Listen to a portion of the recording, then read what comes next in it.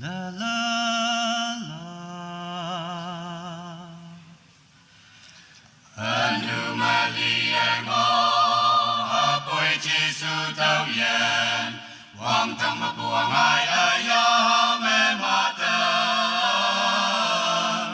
among hapu ema, wang tang men yantem, Giêsu phải teng apu kaya mai etam na.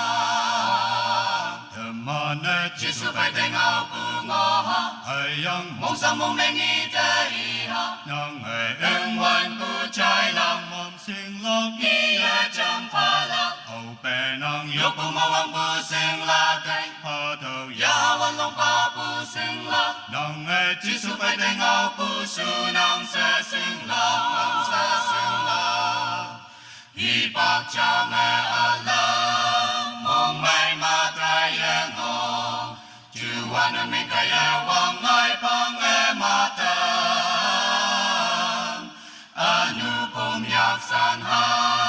Wang ai pang e ma lan Ha pui chi su phải tay ngao pu lan chao cam la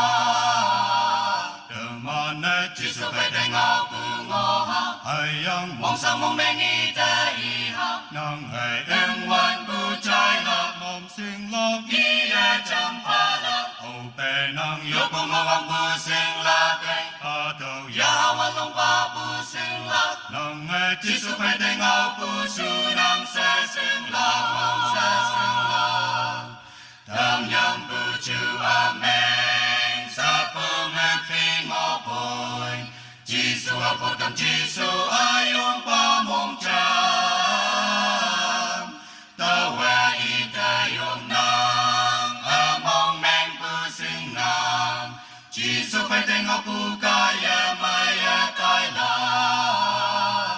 man ay Chỉ su phải tay ngao pu ngô ha ayang Mong sang mong men y te i ha nang ay Ưng hoan pu trái lòng mom sing lok Ia chăm pha lạc hậu bè nang Yok bu ma wang bu sinh la